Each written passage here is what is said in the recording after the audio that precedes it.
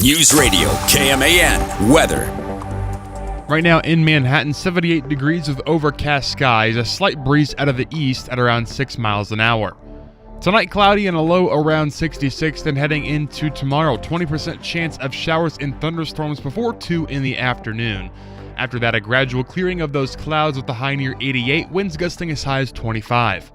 Tomorrow night, mostly clear, low of 76. Then on Sunday, sunny and high near 93, winds gusting as high as 30 out of the south.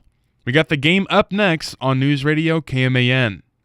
KMAN Daily Weather is presented by Fox Business Systems. How much does downtime cost you and your business? Don't let another second go by. Call Fox Business Systems at 776-1452. The following is an exclusive presentation of News Radio KMAN, your home for K-State athletics. It's game time. This is The Game on News Radio KMAN.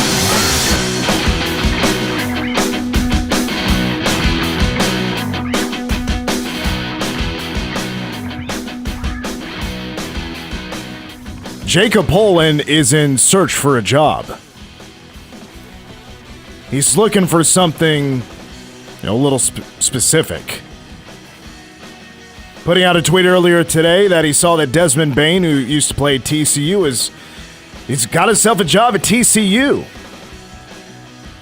Now there is some details we need to know about Desmond Bain's job, his job at TCU, but is there somewhere for Jacob Pullen? What would be a good fit for Jacob Pullen working for K-State? I got a couple ideas in mind. Coming up in hour number 2 as we welcome you to the game, Mitch Fortner and Cole Dutchendorf. Hour number 2, retiring Manhattan High Athletics Director Mike Marsh is going to join us in studio. He's been Manhattan High's AD the last 22, 23 years. I've worked with him for over a decade now, and he's about to wrap it up as a career, and he's going to be joining us in studio. We're going to talk about a lot of very interesting stuff. I think, it's not covered as much because it's not college sports, here in a college town, but there's been a lot of league realignment at the high school level. Manhattan High just got an Adidas deal not too long ago for 5 years. The turf project, the new Seco Park project that's now done, games are happening and things like that, the video board. What did it take to get that stuff off the ground? And plus just being an AD himself, at the 6A level when your teams are really good, that's got to be really tough, plus a lot of hours.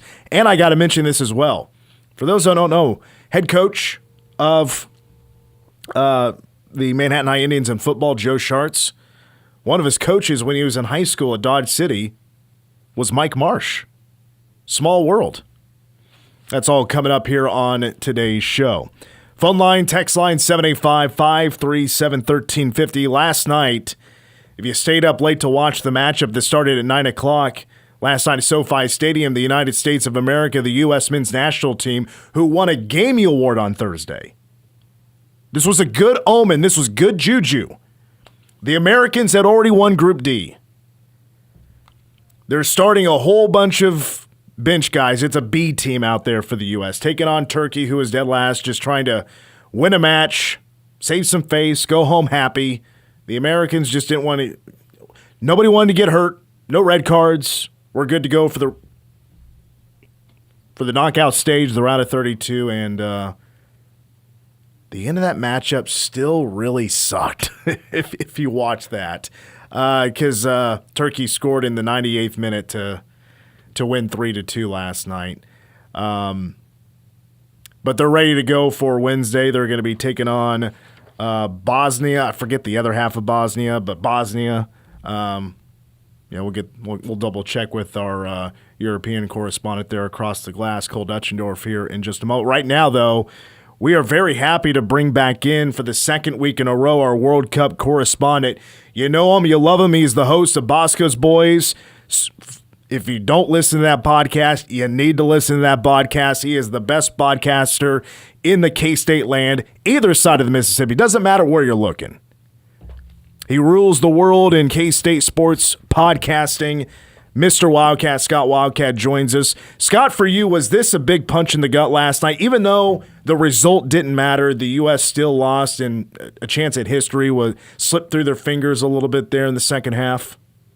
Mitch, first off, thank you so much for that introduction.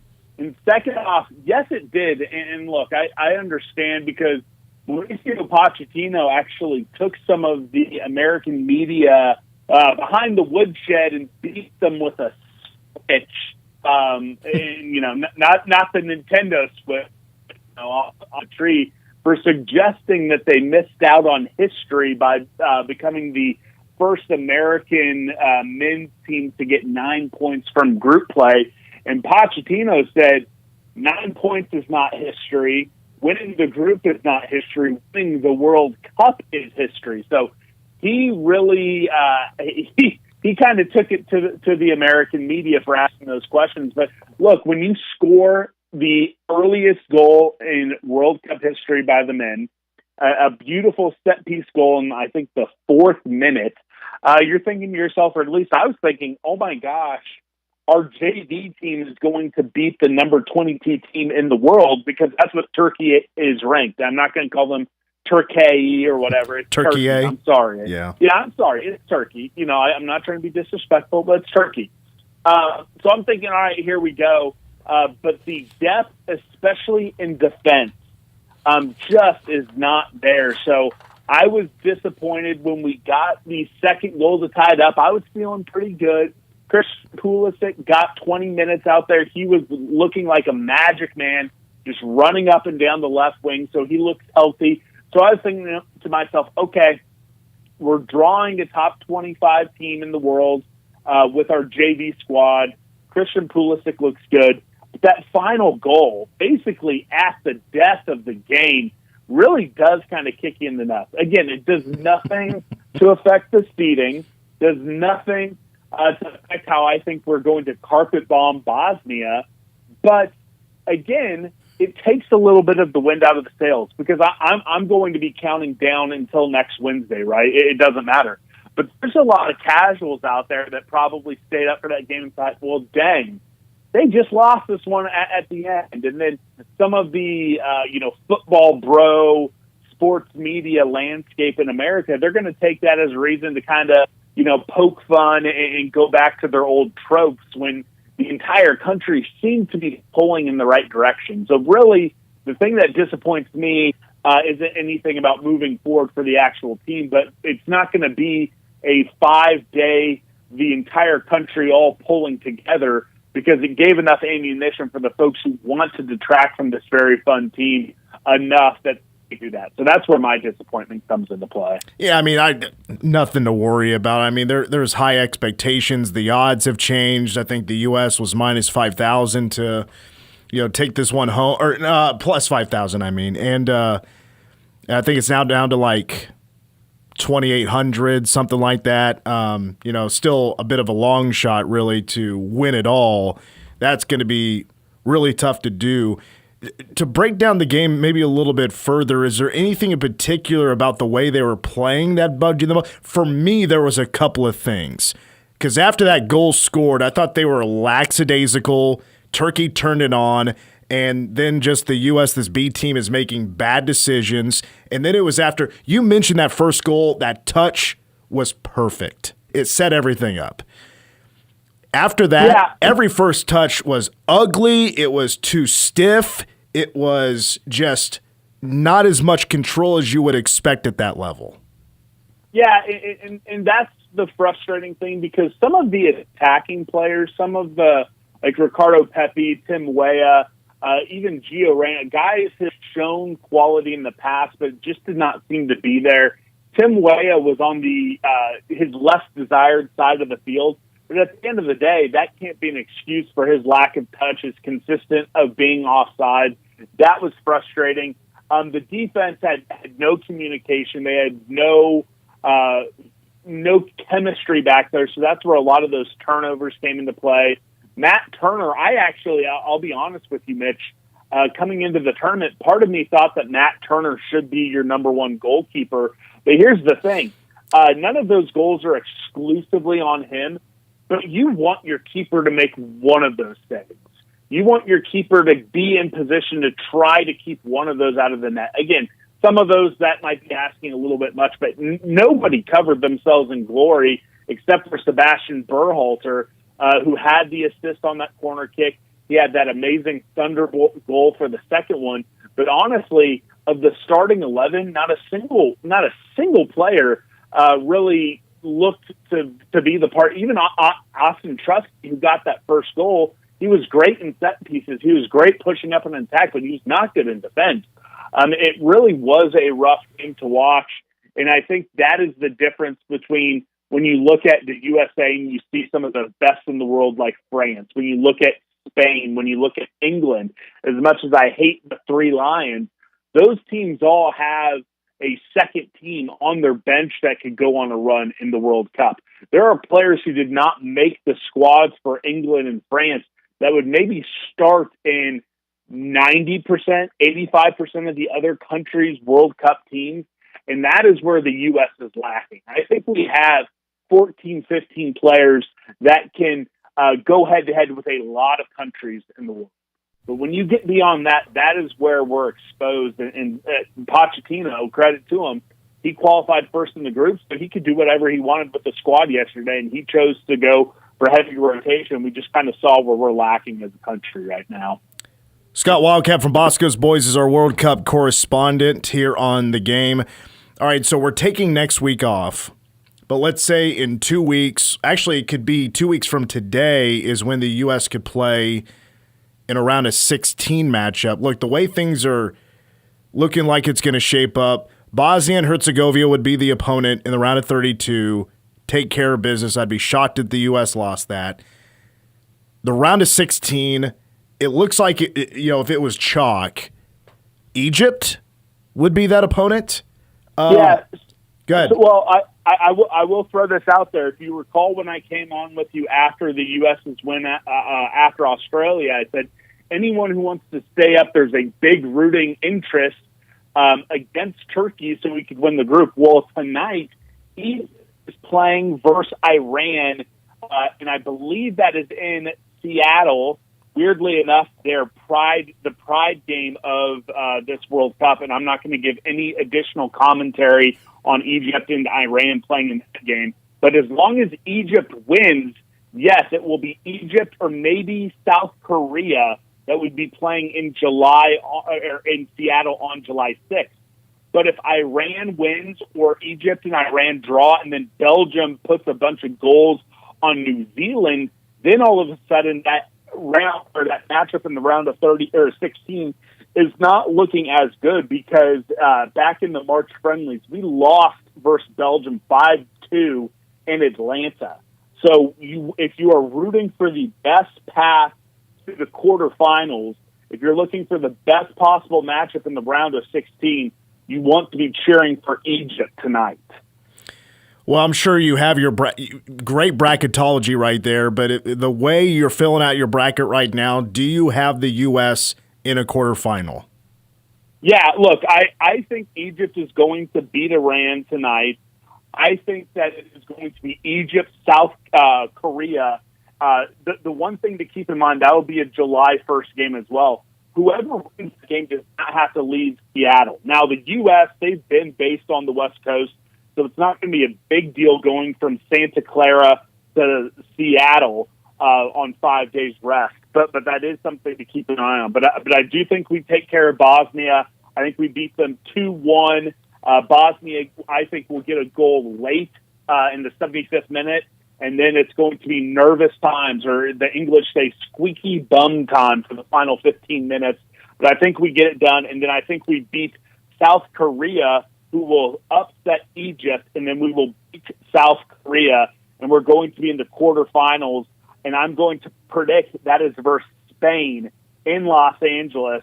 And for anyone who is a big-time history person when it comes to the world of soccer, maybe the best win the U.S. men's national team ever had was in the semifinals versus Spain. They had one of the longest active winning streaks in the 2009 Confederations Cup, and the U.S. beat them to go to the finals versus Brazil, our only time where we've been in a final of a FIFA tournament. And I'm going to tell you this right now, Mitch. We're going to beat Spain in Los Angeles on July 10th, and we're going to face off with France in Dallas in the semifinals. And I'm gonna make you bring me on in the middle of July to talk about that one. I'm not going to give that prediction away for free. I can't imagine what the ticket prices would be for that. A lot of us are already priced out just from group games at Arrowhead Stadium. But this is my last question. I want to see how big of a soccer fan you are because, and I'm sure you already know this, Arrowhead is hosting a couple of knockout stage matchups, round of 32, maybe more than that. But I know they got a quarterfinal, right? And yes, July 11th. I believe if it all works out the way people hope so, it could be Ronaldo versus Messi. Correct. And right now, I looked it up right before we went on air. Cheapest ticket, $3,200. Would you try to find a way to get that ticket and get into the game? Or if you already just have it sitting in a bank account? I wish. I'm going to tell you this right now. Maybe if some different stuff is going on in my life, I might pull the trigger right now and then be able to flip it because Portugal, Colombia are playing. I don't know when they are playing, but Colombia is a spicy team, so I don't think it's a given Portugal wins their group. And I'll also say this. I don't think it's a given Portugal will beat Ghana or Croatia, which could be the opening matchup on July 3rd in Kansas City. And I don't think it's a given that they beat Switzerland, which would be in Vancouver on the 7th.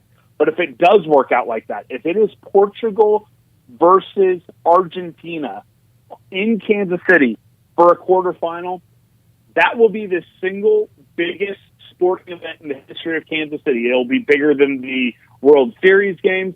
It will be bigger than AFC Championships, Final Fours. The only way I could ever see a bigger event than that one is if when the new Sunflower Dome is built over in Wyandotte County, if the Kansas City Chiefs play a home Super Bowl. That's the only way I could see anything getting bigger than a quarterfinal of Messi versus Ronaldo. But I'm not as bullish on Portugal as a lot of folks, but I know the local economy here in Kansas City is really hoping it happens. Would you consider Messi's hat trick at Arrowhead like an all-time Arrowhead moment? I understand the argument of not considering things that are not Chiefs because just, it could be just it's a random thing or it was just lucky that the Kansas City got that matchup. But like if I'm thinking non-Chiefs things that have ever happened in that stadium, that's got to be way up there as in like an all-time moment. Well, even Chiefs stuff. I think of the biggest kind of moments in Arrowhead history. I think of the Chiefs finally bringing the Lamar Hunt Trophy home, and that moment where Patrick Mahomes had that scramble versus the Tennessee Titans. I was lucky enough to be there. That was one of the loudest moments. I think of the Messi hat trick, and then I think of K-State blocking Iowa State's extra point to prevent Farmageddon going to overtime there. I think those are the three biggest moments in the history of that stadium. All right, Mr. Wildcat, always appreciate your giving us your 2 cents on the World Cup, how the U.S. is doing, being our correspondent. Hopefully we get to catch up in a couple of weeks. The U.S. is still live and kicking and making a run for a World Cup championship. Really appreciate your time, sir, and we'll be talking to you soon. Yes, sir. Thank you, Mitch. Anytime you guys want me on, and again, shout out to all the listeners. This is the premier sports talk show in all of Northeast Kansas and maybe the entire world. We'll put it up to a vote. Gamey Award next year, all-time premium sports shows. We'll see if we can get a nomination yet next year. Appreciate you, Mr. Wildcat. Anytime, Mitch. Scott Wildcat, Bosco's boys. He's the best. He's the best. Mm-hmm. He's a solo guy. He is. He's doing it solo these days. He's been doing it that way for years. We always appreciate him. He's very entertaining. Let's take a break. Still to come, a reminder, coming up in our 5 o'clock hour, we're going to be joined in studio by retiring Manhattan High Athletics Director Mike Marsh. Been wanting to get him in here for a while. He's retiring. Let's talk about just about a quarter century being the man in charge of the athletics department there at Manhattan High, and over his couple of decades and then some. Boy, I tell you what, sports at Manhattan High, we are in the best run of sports there. Manhattan High has taken over as the powerhouse in 6A. They have taken over from Derby. So we got a lot to talk about. He's going to join us for a couple of segments here on the show in our 5 o'clock hour. Royals, are they doing okay? Well, it's our weekly Royals segment coming up later this hour. When we come back, I hear Jacob Pullen is looking for a job. We got a couple of ideas from him. That's coming up next here on The Game. Presented by Chick-fil-A and Community First National Bank. America 250. Happy birthday, America. Where freedom is written, protected, and lived every day. The Declaration of Independence was not only a declaration, it was an explanation. It listed 27 grievances against King George III. Taxation without representation, dissolving colonial legislators, maintaining standing armies without consent, interfering with colonial self-government. These compliments documented years of frustration and broken trust. They showed the world that independence was not only declared lightly, but after repeated attempts at reconciliation, failed. It was a formal justification for revolution grounded in reason and principle. America 250, a nation born not in impulse, but in conviction. Brought to you by Chick-fil-A, Community First National Bank, Faith Furniture, Rothwell Landscape, Visit Manhattan, the Museum of Art and Light, and Manhattan Broadcasting. Caregiving can be incredibly demanding, and it's easy to feel overwhelmed. Let Leonardville Nursing Home provide you and your loved one with Senior Day services, available Monday through Friday from 9 to 5 with prior arrangements. Run your errands, go to work or appointments while we provide compassionate care for your senior. Our trained, caring staff provides nutritious meals, social activities, and a safe, supporting environment. Contact Leonardville Nursing Home for Senior Day services, an invaluable solution for both caregivers and seniors. Celebrate America 250 on July 4th as Wamego, Kansas becomes Boomtown, USA. Home of the fireworks display awarded Best Small Town Event in the state of Kansas. Spend the whole day in Wamego at the car show, carnival, parade, and live pre- and post-fireworks show concerts. Then at 10, Boomtown ignites the sky with the amazing pyro-musical experience that is the Wamego Fireworks Show, with the All-American soundtrack simulcast on B1047. For a list of July 4th events and visitor's guide, log on to visitwamego.com. There's no place like Wamego on July 4th. Celebrate Freedom in Wamego is brought to you in part by Affordable Portables, Wildcat Fitness and Fun, and Vanderbilt's. Westwood One Sports presents this World Soccer Update, sponsored by Progressive Insurance. Progressive Insurance makes bundling home and auto easy. Learn more at progressive.com. France has won Group I, and they did it looking like the favorites they are, with an exhilarating first-half hat trick by Ousmane Dembele within 32 minutes from the opening kick, leading to a 4-1 win over Norway, who moves on as runner-up of the group. There was no Erling Haaland in this game, as Norway played it safe, making 10 lineup changes. Meanwhile, Senegal are keeping their chances to qualify as a third-place team very much alive, putting the finishing touches on a 5-0 lead over Iraq in Toronto. In U.S. news, The Athletic reported today that U.S. Soccer has made an offer to extend manager Mauricio Pochettino through the 2030 World Cup, with the final decision to come after this tournament comes to an end. The U.S. plays Bosnia on Wednesday. I'm Lucas Panzica, Westwood One Sports. Progressive presents ways to save money that aren't bundling your home and auto insurance with Progressive. I can't believe the deal we got on these seats for the game. Wow, they must be pretty high up here. I think my ears just popped. Yeah, you put this on. Is that an oxygen mask? An official team oxygen mask. Well, I can kind of see the field. Good, your senses are still sharp. You're going to need them for phase 2 of the ascent. Don't save money by sitting in the nosebleeds. You could save hundreds by switching to Progressive. Get a quote at Progressive.com. Progressive Casualty Insurance Company, affiliates, and other insurers. Not available in all states or situations. Sound familiar? At Mattress Firm, we understand there are many problems that can keep you up at night, like snoring, aches and pains, or sleeping hot. Our sleep experts have the unrivaled know-how to match you with a mattress that can help. And now at Mattress Firm, save up to $700, plus get a free adjustable base with select Sealy Posturepedic mattresses. For the great sleep you deserve, visit Mattress Firm. We make sleep easy. Restrictions apply. See store or website for details.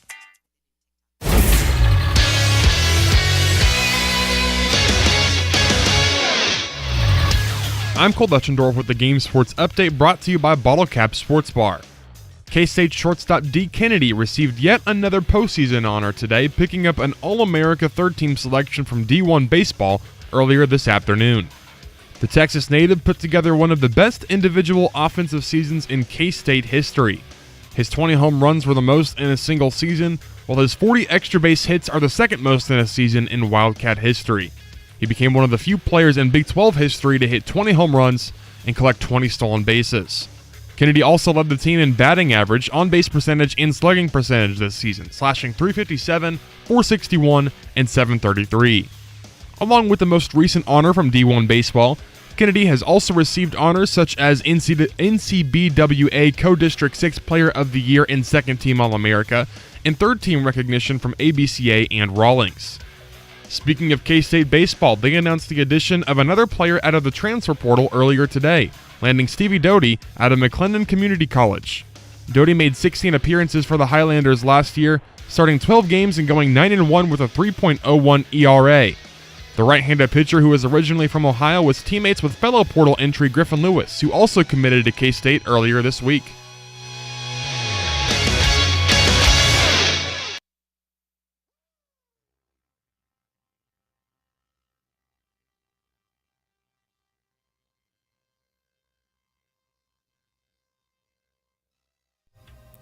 It's funny you played this Ric Flair music because I was just looking at watches. I've been thinking about buying a really nice watch.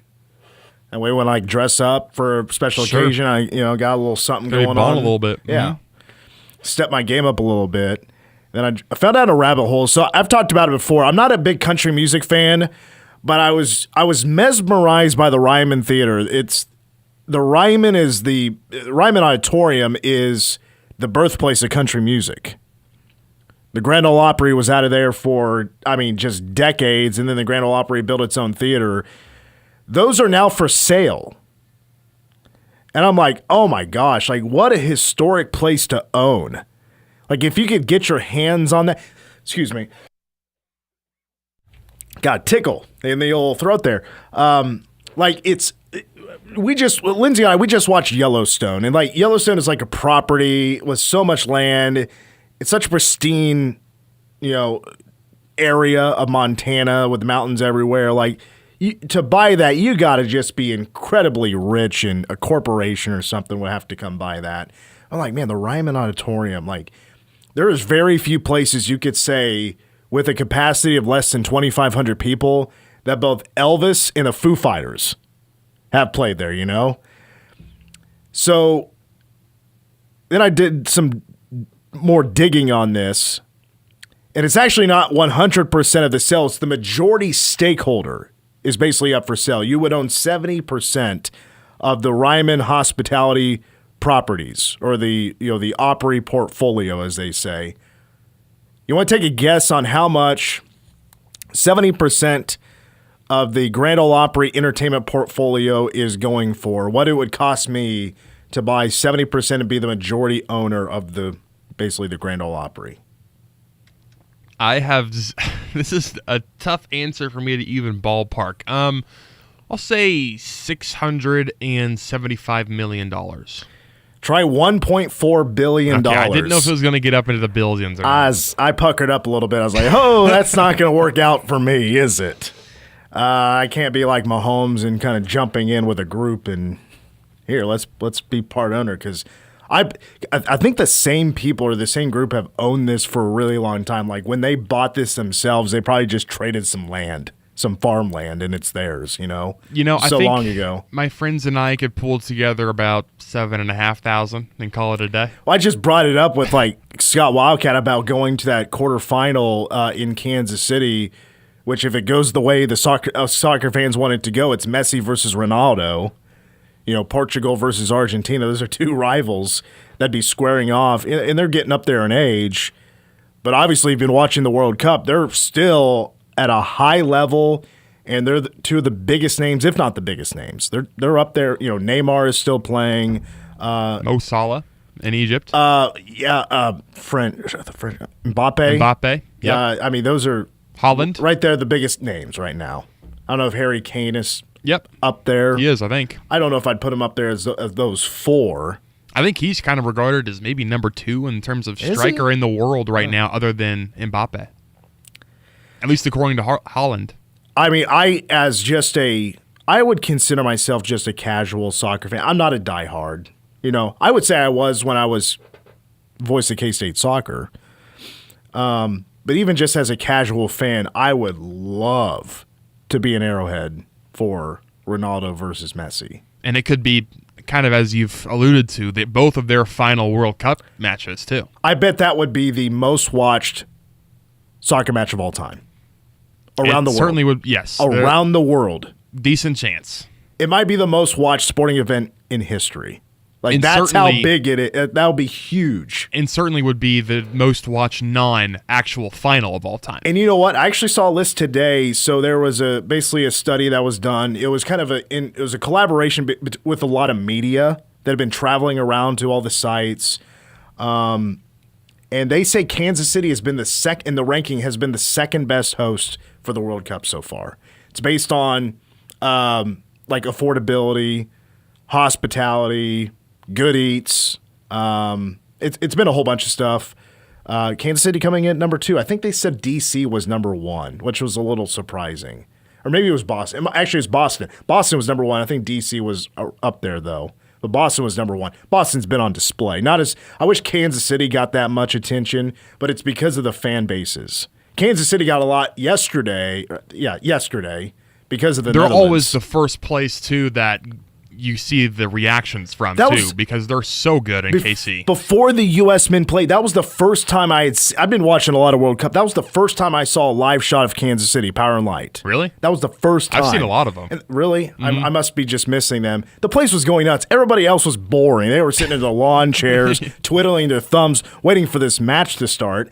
But the thing is, in Kansas City, at Power and Light, they got people hyping them up. Jameis Winston was there before one of the matches. I believe it was before the Argentina matchup. He was there. They just got a lot going on, and they make it a party. But Kansas City's still trying to hold on and claim that the soccer home of the United States.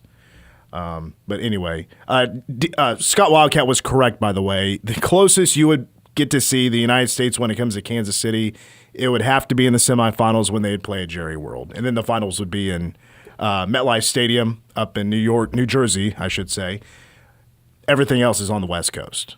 That's where they're based out of. That's where they're playing their matches. And wish they would have been a little bit closer to see them in person, but those tickets would be absolutely insane to go to. Jacob Pullen is looking for a job, folks. Now, I believe he's still playing basketball overseas. We're still waiting for the announcement. We expect him to play for Purple Rain when they get together here in a few weeks to play in Bramlage Coliseum against the KU alumni team in the basketball tournament. I just kind of got a laugh out of this earlier because, it'd be sweet if Pullen could come back and be a part of K-State athletics. Put out a tweet, and now I'm seeing more reaction from it. Just kind of jumped onto my radar the other day, but TCU made a job for Desmond Bain. Well, I guess it's time, K-State Sports. I can put the ball down if y'all got something for me. You got a lot of attention. Who wouldn't love for Jacob Pullen to come back? But here's the deal, Jacob. And I think you probably know this by now, but I wanted to talk about this. And I bet you're going to see more of this. Former players having a role in some way as like an official title with the program. But the thing is, I don't believe Desmond Bain is actually going to get paid. I think this is actually a volunteer role for him. He used to play at TCU. Which, look at his contract. That makes sense. He's also playing basketball right now, actively, though. Yes, in the NBA. Yes, he is with the Orlando Magic. Is that right? That is correct. He is going to be the chief basketball officer. What he's going to basically be is a liaison. He's going to be a mentor for these teams. And he's going to help TCU out in any way he can when he can do it. He's not going to be on the bench every day. He's not watching film. He's not coaching. He's just going to help out in any way he can, if it's about life, if it's about being a basketball player at the college level, pro level, NIL, things like that. Yes, K-State already has a GM. They already have their spots filled. A couple ideas of what Jacob Pullen could actually do, though, for K-State. I think it's more bigger picture than just, well, there's one bigger picture. There's one, what can he do for the actual program? And I did steal this from somebody who made this a comment, thought it was a great idea, because Jacob Pullen has been playing overseas a lot. You want to talk about somebody that could be helpful in international recruiting is Jacob Pullen. He's been everywhere. He's been playing basketball over the place at a high level. The other thought I had was, and this reminds me of not long ago when NIL was taken off and who put in a lot of work to really, I don't know if get it started is the right way to go. But from what I understand, from what I heard, Colin Klein had a lot to do with helping to raise some money. I would love if K-State could get somebody like Jacob Pullen to do some fundraising. I'm sure he'd get some money out of some donors. Because it's such a blessing, in my opinion, and I'm sure some are still, just want to see some wins. But more is being pushed towards football. Colin Klein is back. He's the head coach. There's already a lot of hype. We're clearly seeing what he's been able to do with his staff in recruiting for 27. We're going to we hope, see that again in 28, if not even better. Keep raising the bar, family business. Recruits are loving it. They're buying in. They're loving what the staff has to say. They're already building some strong bonds. I think having a guy like Jacob Pullen around to help out with whatever Casey Alexander is trying to establish with somebody, because everybody a part of this staff, other than Bailey, they're not from here. They don't know this place. They're learning. They're trying to learn. But to be an ambassador for K-State men's basketball, to be a fundraiser or just help out wherever he can, but maybe those are some of the bigger jobs that would certainly help out. And there's a number of things, but that would be amazing to have Pullen around. Fans are obviously he's the GOAT. I mean, he's I think the best person you could have around when it comes to basketball. Former player coming back to help out in any way he can. But he would obviously look to get paid. He's a lot older than Desmond Bain. And not actively on a $200 million contract in the NBA. Oh, is he getting that much? Mm-hmm. Wow. Over the course of 5 years, of course. And did he get drafted? Desmond Bain? Yeah, I mean, he was pretty good. I don't know if I ever can. I don't know. I don't really keep up with the mock drafts. Hardly. If K-State I'm sure he got involved. drafted at some point. I don't know exactly. I think he might have been a second-round pick. This would have been like 5-6 years ago, something like that. I'm not sure exactly where he was. Yeah, he was the very end of the first round in 2020. First round, number 30. He's really the only player that I can honestly think of where a lot of fans brought, like, he had the most signs. I remember, I was thinking about this earlier today. Have you ever watched, like, any of his old games, like home games? I remember there was a fan that used to bring a sign because with Jacob Pullen had a beard, and there was Fear the Beard, which I'd like to ask him someday. Would you still be rocking a beard if it wasn't for Fear the Beard? It was kind of his trademark or his trademark look, and so he rocked a beard his whole career for the most part. There was a fan that would actually wear the sign. Like, Pullen's face would be on one side, and this guy with a beard would he'd actually wear the mask. He would stick his head through the mask, had like some padding where his like chin would be, and his face would be next to Pullen's face, and it would say Fear the Beard or something. See if you could find a picture of that. I wonder what happened to that guy. He always had a great seat. He was like front row every game. But he always brought the same sign. I was like, man, what a cool, like, small token that was of, like, just the love the fans had for Jacob Pullen in the moment. Like, while he was playing, when he was a junior, when he was a senior.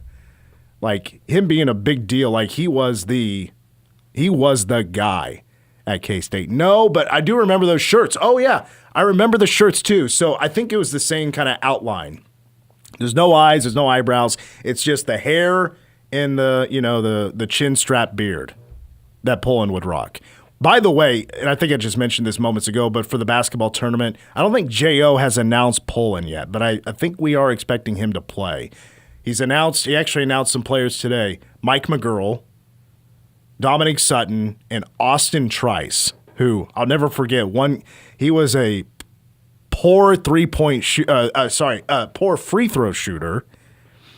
And then there was just one night he was just feeling it. He was always getting the Bronx cheers whenever he would make a free throw. And one night he was just hot. And it was like a miracle type of game. But I remember him being a heck of a rebounder. You mentioned Fear the Beard with Jacob Pullen. Who's got the more iconic beard in basketball history, James Harden or Jacob Pullen? Because they also say basketball history. They also say Fear the Beard for James Harden too. Yeah, but I think Pullen Fear the Beard was first. It might have been. Harden is older and was drafted before Pullen finished his K-State career, but I don't know which Fear the Beard came around first. I really don't. I don't know how long this Fear the Beard has been going on for James Harden. I don't know if that was a thing when he was in college. If you just ask me, if you were to survey one, if this is a Family Feud question, and you're just surveying me, I'm answering Jacob Pullen.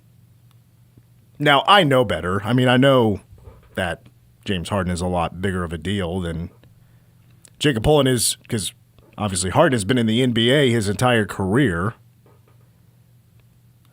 Has James Harden ever won at all? Has he ever won an NBA? I didn't think he had. No. Pullen had a cup of coffee in the NBA. That was about it. Now, James Harden is one of the greatest scorers of all time, probably. Jacob Pullen is the all-time leading scorer in K-State men's basketball history. Doesn't have that jersey up in the rafters yet. He told us 8 years ago that he's not going to do it until he can get everybody back. He wants Frank there. He wants everybody that was on his team or teams. He wants them all there. He doesn't want to do it until. Hate to tell you here, Jacob, but you're never going to get everybody back. That's going to be a really hard thing. You're going to have to be. Everybody's going to have to be done with basketball, getting out of shape. You're in your 40s or 50s. I don't think fans want to wait that long though, because, Pullen and Beasley are the same age. They would only be a couple of years older than me, so they're still in their 30s. And after a quick preliminary search, I think Jacob Pullen's Fear the Beard was before James Harden's Fear the Beard. So I might have some copyright claims, because this says during the 2011-2012 NBA season with James Harden in Oklahoma City. So that would put Jacob Pullen before then. Is the James Harden Fear the Beard really that big of a deal? Fear the Beard has been kind of his trademark for his 15. It's 16. his trademark, as in he carries it from town to town? Oh, yeah, for sure. Team to team? Yeah. He made it up himself? No, it started when he was with the Thunder, but I think the Jacob Pullen Fear the Beard predates the James Harden beginning in OKC. So I think maybe Jacob Pullen should sue James Harden, try to get some copyright money out of it. Who would I rather have on my team? Jacob Pullen. Hey, you're probably going to win more. James Harden, not a winner. Confirmed. Nope. He hasn't won anything, has he? Mm-mm. Has he ever won an MVP? Yeah, he has won an MVP. Yeah. There's also a season he averaged like 37 points a game, but we don't need to discuss that. Maybe there's an argument who had the better beard, Jacob Pullen or Marquise Noel. You want to talk about a point guard? Marquise's was nice. Yeah, he did a good one. Mm-hmm. All right, let's take a break. We got to take a break. Let's get Pullen a job here. Love to have him around. There's a lot of help a lot of work he could help out with. If it's fundraising, being the minister of culture, so to speak. We'll take a break. When we come back, are the Royals doing okay? It's our weekly Royals segment. Big stuff coming up. Don't go anywhere. You're listening to The Game. Can you help me access my work computer now that I'm working from home? We can do that. Is it possible for you to troubleshoot my computer without me coming into your store? We can do that. I'm getting messages that my password's been compromised by hackers. We can. And that I have malware installed. We can. I don't even go to the mall.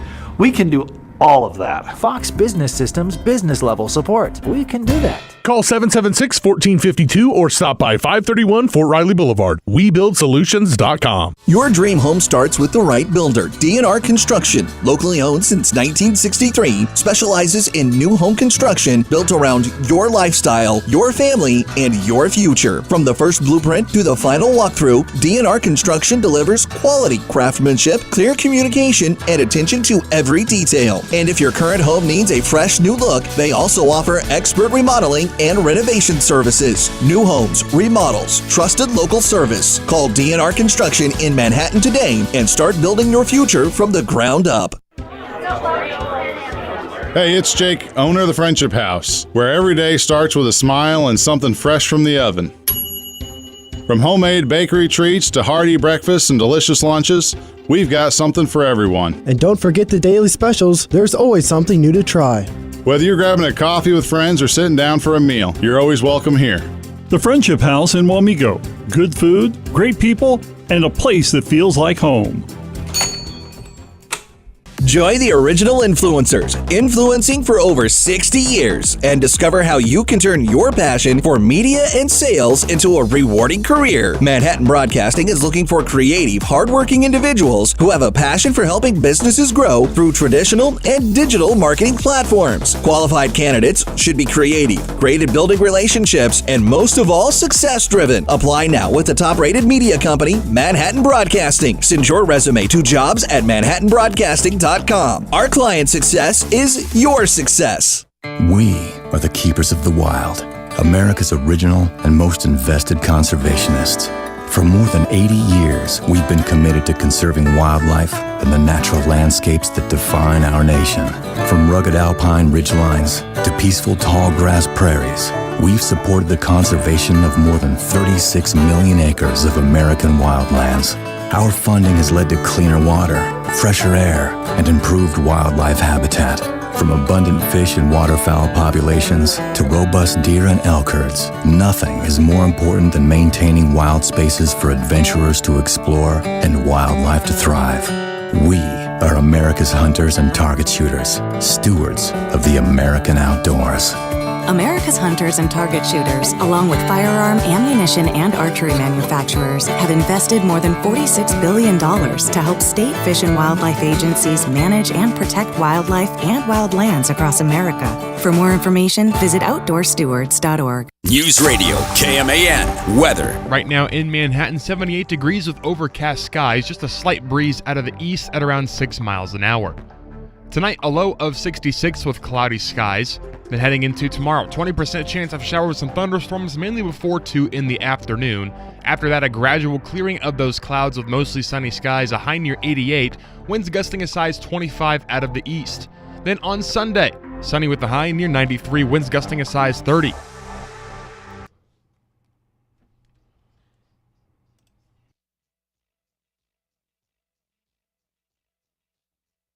I'm actually going to give the beard award to Marquise Noel. I think he did have slightly a better beard, but I bet Jacob could rock some really good mutton chops. Just rock the chops. Sure. I think they both have great beards, though. I wish I could grow a beard like that. Marquise. Oh, no, they're actually pretty much the same style of beard. Anywho, enough beard talk. We're back in the game. Mitch Fortner, Cole Dutchendorf. Does any of the Royals have beards? Jack Caglianone's goatee is kind of nice when he lets it grow out. I think his entire flow that he's got going on, the Italian swagger that he's got is pretty nice. I mean, Bobby Witt's got a little bit of scruff down there. Vinny, I'll tell you what, I remember when Vinny shaved last year, it was like a jump scare. Like, I was not ready to see it. But there are a couple dudes who got some decent facial hair on the squad. Well, I can't believe what I'm seeing here. The Royals are, by a half game, dead last in the American League Central. They're taking on the Chicago White Sox. And do I see this right? The White Sox are first place? They are. In the AL Central, but that's tonight. That's this weekend. Leading up to tonight, are the Royals doing okay? They're doing all right. Again, they're still, over the context of the entire season, not great. I mean, 34-48, there's not really any world where that is performing well, especially with the expectations he had coming into the season. But as of late, it's been a little bit better. The offense has been humming, which has been really strange because there have been a ton of injuries. I mean, Vinny is out for an extended period of time. Bobby is finally going to be coming back tonight, but he missed about a week of games. Michael has been kind of on again, off again with his hamstring issues. Salvi, I mean, is just old. There's been a lot of players banged up. Same goes for the pitching staff as well. But the offense, since Vinny went down and was activated to the IL on June 14th, Royals had the most runs, highest average and slugging percentage, and the most doubles in the majors. Again, doesn't make a ton of sense. I mean, it's almost a glorified AAA squad at this point in terms of what the offense is, but they're putting up numbers. Carter Jensen and Jack Caglianone, they're both balling right now. Carter has the longest hit streak of any rookie in the majors this year with 16. He ended the no-no yesterday in the 9th inning with a 2-run home run.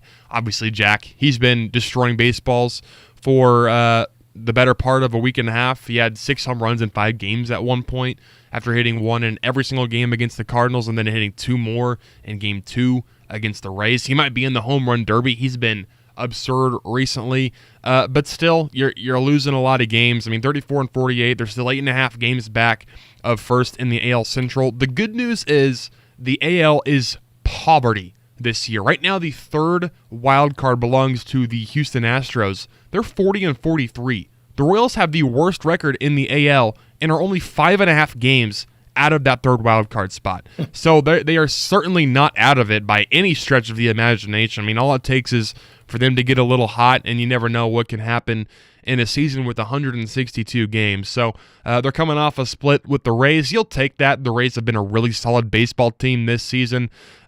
You would have loved to win that series because you did win the first 2 games of that series, but you'll take a sweep, or you'll take a split, and you can't win them all. I think it's still going to be a hugely important stretch coming up here in these next couple of series, starting, as you mentioned, tonight in Chicago, facing the first place leading Chicago White Sox in the AL Central. If you can win 2 out of 3 there, get a series win, that would be nice. And then they again play the Rays at home, and then it's against one of the better teams in the NL at home against the Phillies. You probably need to go over 500 for this 9-game stretch, build a little momentum as we get closer and closer to the All-Star break. You know, if you can win even just 5 out of the next 9 and start putting together winning baseball, that's the biggest thing. If they can weather the storm a little bit, manage some of the injuries they're going through. I believe I saw Cole Reagans is probably going to have surgery on his elbow. No shocker there. That guy's made of glass, so he's probably not going to be pitching for the foreseeable future.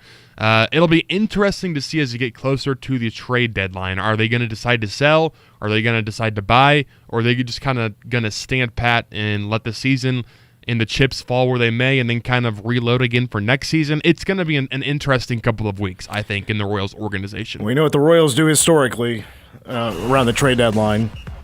They're sellers. Do nothing. I mean, I think they typically do nothing. That is true. Yeah. Basically, just sit on their hands. I mean, if they're this trash, what you going to do? 5.5 back. You never know. I mean, taking 2 out of 4 against the best team in baseball, that's not bad. All right. Yeah, you'll take it. You'll take it, for sure. Series starting tonight against the Chicago White Sox. We'll have coverage here on KMAN. Coming up next in studio, Manhattan High retiring athletics director Mike Marsh will be joining us live for a couple of segments. That's coming up next here on The Game, Hour 2, after these words on KMAN.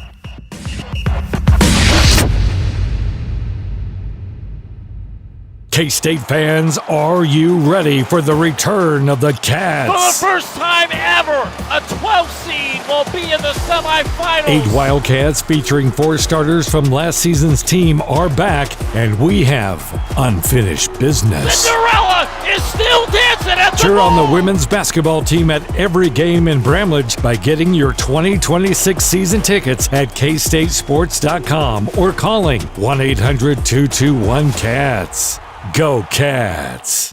American Family Insurance. Business owners, when was the last time you reviewed your insurance? One incident could reveal a costly gap that could impact your income, equipment, or operations. At Wilden Associates LLC with American Family Insurance, we'll review your coverage and help make sure it still fits what you do today, not what you did years ago. Call to schedule a business insurance review. Don't put it off. This is Rob Wild, agency owner, Wilden Associates LLC. American Family Mutual Insurance Company, SI, and its operating companies, 6000 American Parkway, Madison, Wisconsin. Hey Manhattan, we're the folks who own Manhattan Ford, and yeah, we're new in town. So if we wave at you in traffic, we ain't flirting, we're just being polite. But listen, if you're looking for a good pre-owned car, truck, or SUV, we've got a whole lot of them, not to mention all the new rides in stock. Clean, reliable, and not one of them smells like old fast food and regret. And if your ride starts acting funny, squeaking, shaking, or that dash is lit up like a Christmas tree, our service department's ready for oil changes, tires, and repairs. Manhattan Ford on Highway 24. Come see us. We'll treat you right.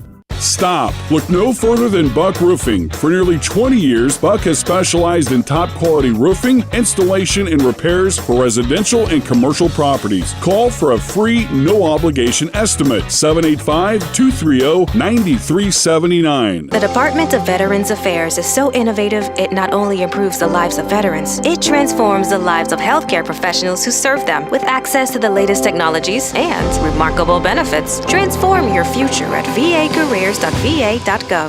Manhattan's first for news, sports, weather, and talk.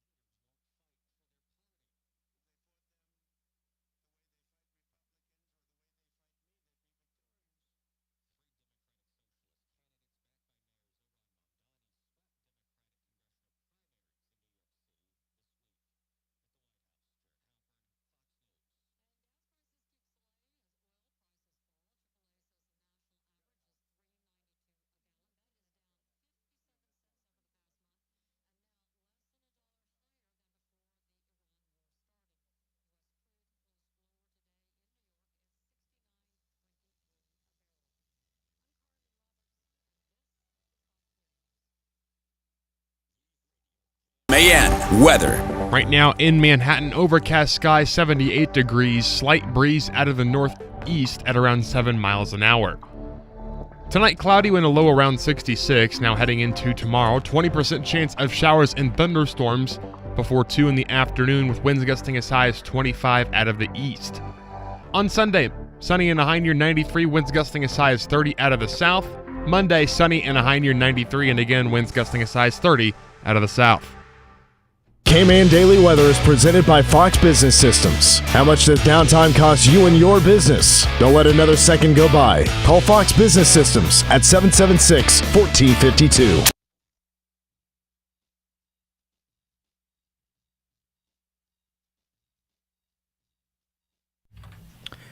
It's hour 2 of the game after work. Mitch Fortner, Cole Dutchendorf, across the glass. Final hour of the week. We are off next week. We are taking the week off, heading into 4th of July. Don't forget, Boomtown, USA is the place to be for 4th of July festivities. Plus, we got Arts in the Park tonight, starting at 7:30 at the Larry Noble Band Shell. We got a very special guest in studio. Ever since I got the idea in my head to have you in, I've been looking forward to this conversation. Retiring Manhattan High Athletics Director Mike Marsh is in studio. It's great to see you again, sir. I appreciate you coming in for a few moments. Hey, it's a pleasure to be here tonight, and thank you for having me. You're officially done, right? It's the time as AD and working for Manhattan High and USD 370. I'm blanking now on the USD 383. Sorry, has come to a wrap. Yep, I finished my last day on June 12th, and just looking for a little bit of a slower pace for myself and my family at this time. I gave you 379. That's Clay Center. That would have been on me. You've always made comments over the years about you'll come up to me and say you've been working a lot. I see you always hear me on the air or something like that. A lot of people make that comment. I think you probably work harder and more than I do. As an AD, especially in 6A, there's a lot of sports. Week to week, how many hours are you putting in to make sure Manhattan High Sports is ready to go, if it's from schedule building or just attending and running events that Manhattan may be hosting? You know, on a general average, it's 50 to 60 hours, but on a really busy week, you put in anywhere from 70 to 80 hours. And, there's stretches along the week time and a month that you might work 6 or 7 nights in a row and not get home until 8, 9, 10 o'clock of an evening. And it's over time, it's put a stress on just family matters, and just it was just a decision that was very bittersweet for me. I love my job, love Manhattan High, love the community of Manhattan, but it was just time to give back to my family and spend a little bit more time and have those evenings free for myself and my wife and I. What was your first year as Manhattan High's AD? How far back do you go? It was back in 2024. So when I was first hired, I was an administrator. Or 2004? Yeah, 2004. Okay. Yep, I was first hired in 2000 as an administrative assistant down at East Campus, and I worked as a athletic assistant for Mr. Bill Green, who was a defensive line coach at Manhattan High years ago. Bill and I had been friends for a number of years, and I helped him out as well as oversee both middle schools during that time period until I took over in 2004.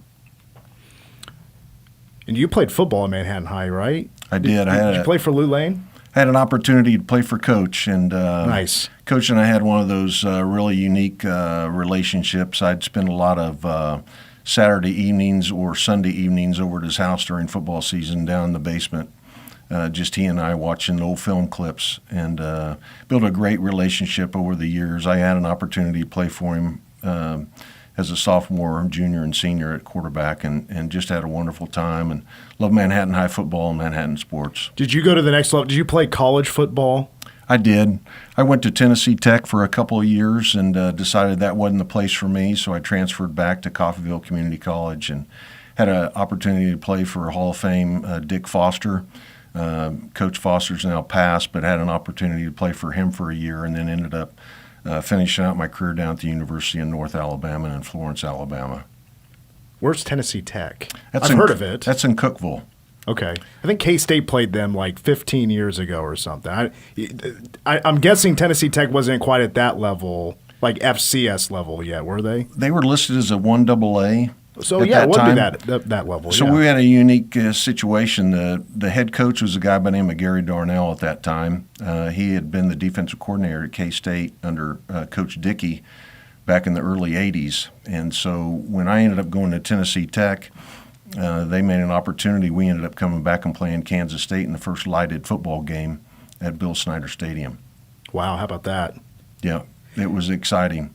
I found this very fascinating. So to kind of continue to skip through your life, basically your sports life leading up to you becoming AD. And Cole, I don't even know if Cole knows this. I didn't even know this until December or like after the football season in, because Joe Schartz mentioned it to me. So Joe Schartz is from Dodge City. You were coaching at Dodge City when Joe Schartz was quarterbacking in high school for Dodge City. Do you remember Joe Schartz as a high school kid running the offense? Oh, yeah. One of the fiercest competitors I ever coached back in those days. I coached at Dodge City for 10 years and had an opportunity to coach not only Joe Schartz but Brian Gouldsby. And Brian was our fullback back in '94, and what a middle linebacker and fullback. But Coach Schartz led our football team, and he was quarterback and strong safety back in '92. And what a fierce competitor. We ended up getting into the semifinals that year. Unfortunately, got beat by Washburn Rule over in Topeka in the semifinals game. Otherwise, he'd have been playing for a state title his senior year. How does Coach Schartz, the football player in high school, compare to the Coach Schartz that you've now come to grow even more and know in his time at Manhattan High? Well, Cole, he's always been a fierce competitor, as I said earlier, but Coach Schartz is one of those guys that is relentless, is a hard worker, competitor, and a leader. And you've seen that the last several years. He's a great leader of young men. And he's got a great coaching staff and done a wonderful job the last several years. And he's just built that program back to where it was early in the early 70s and 80s when Coach Lane was the head football coach. And one of the things about our football program has been consistency. And as you well know, a lot of the coaches that coach with Coach Schartz have been there for several years. And consistency is the name of the game. And it's one of those things. I think the head coach knows what his defensive coordinator is going to call, vice versa, and just having those guys around and consistency around our young people at the high schools has been a tremendous thing and a gift for our school.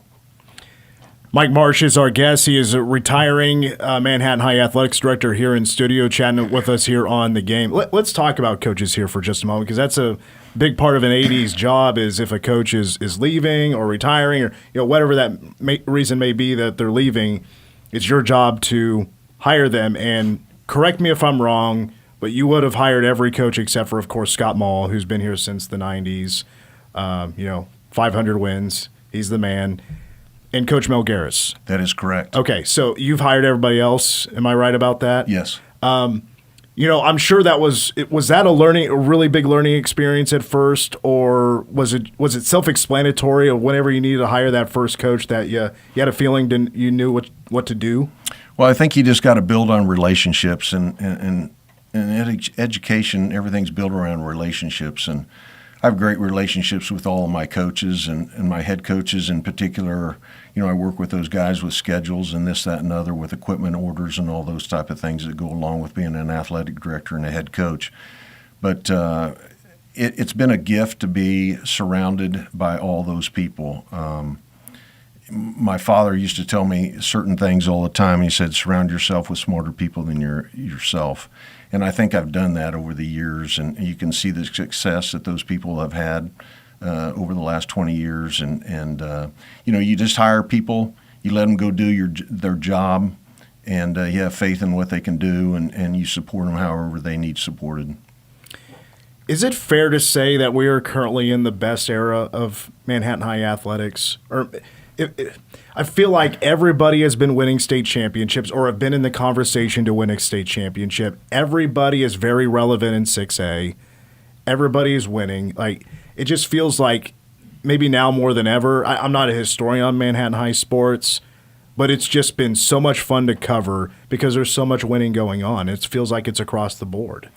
Well, I inherited a great school and a great community that my wife and I decided to move back in 2000. And having that opportunity to coach at Manhattan High as far as an athletic director was a dream come true. And being a former player and being able to come back and lead the department as far as our athletic department at Manhattan has been a gift to me. It's been an honor to be able to do that. And I would say this, that Manhattan High has had a lot of success over the years. I can remember sitting up in the stands as a kid and watching, and then having an opportunity then to play basketball and football at Manhattan High School.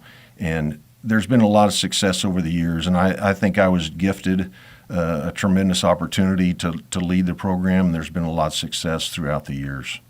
There certainly has been, and it's Cole's been a part of this for a short time. I just wrapped up my 10th season of covering Manhattan High sports, mostly basketball, more recent football, of course.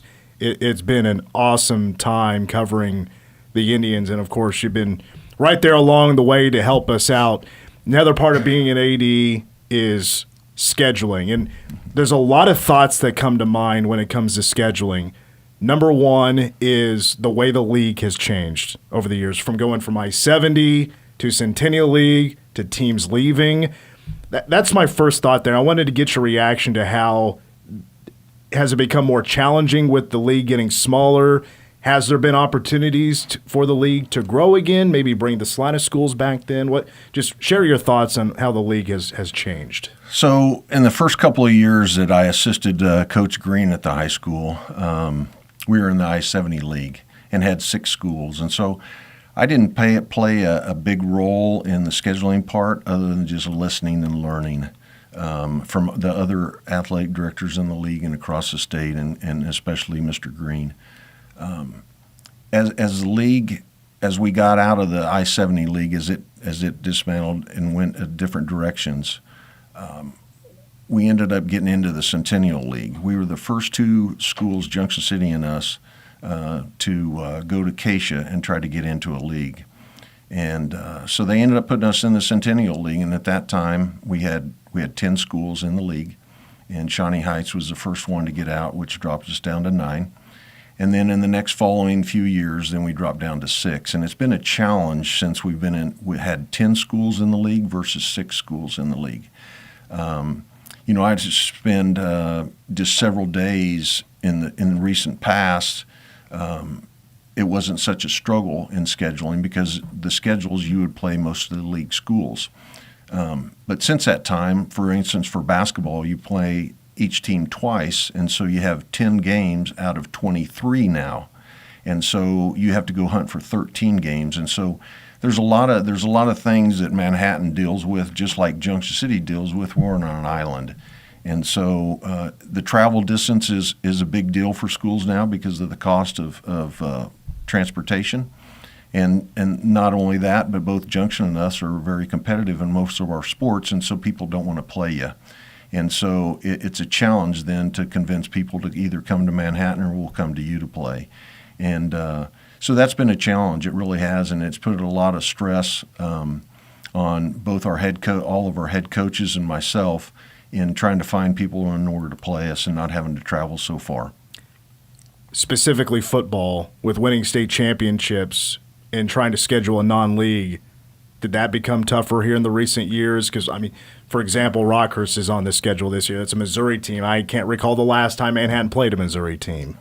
It has been a struggle, and it's been very difficult to find people that are willing to play Coach Sharts and his football team right now because he's been so successful the last several years and winning 2 state championships out of 4 years. And so that has been a struggle, and so as you see, we're having to travel further distances in order to play people. We're going to end up playing Dodge City next year.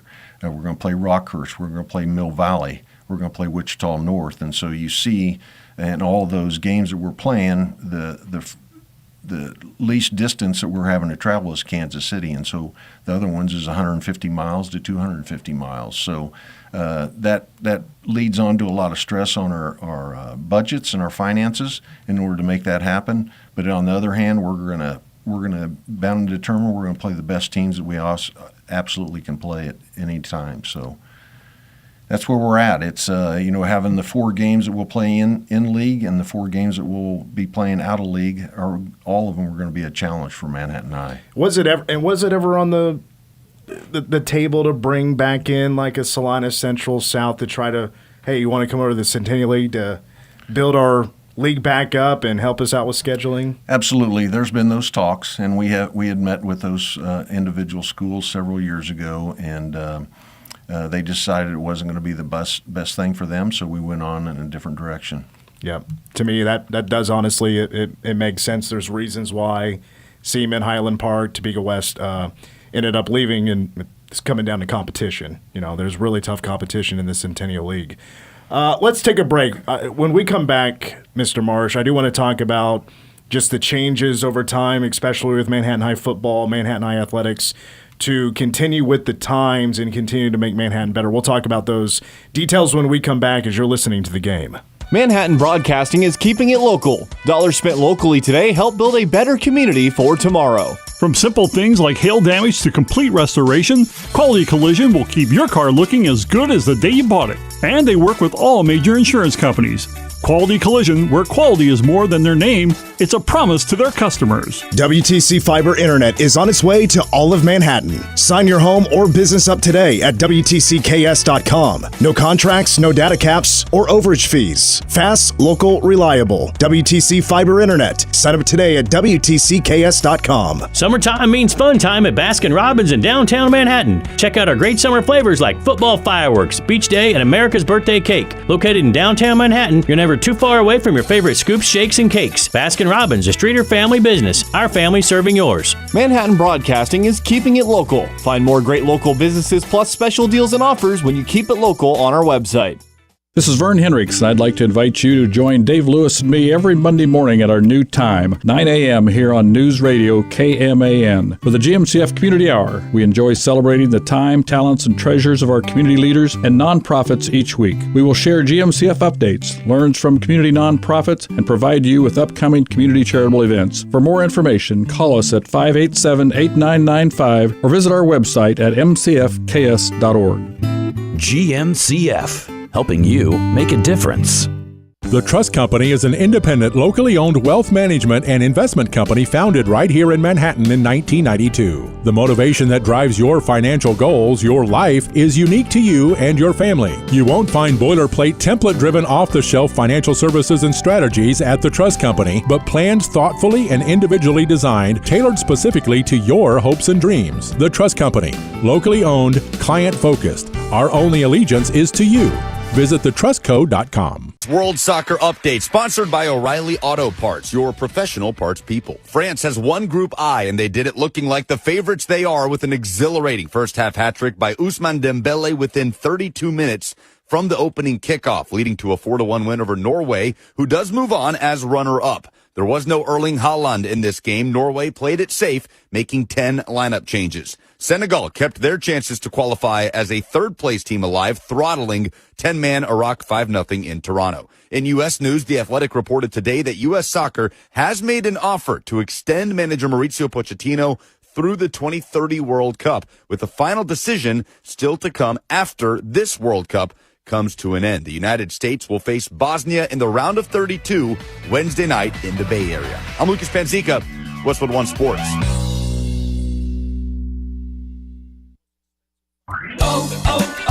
O'Reilly. Help increase your vehicle's performance with Lucas Fuel Treatment at O'Reilly Auto Parts. A clean fuel system can increase performance and fuel economy. Simply add it to your tank at your next fill-up to eliminate carbon and varnish deposits. Get 2 bottles of Lucas Fuel Treatment for just $9, plus 2 times points at O'Reilly Auto Parts.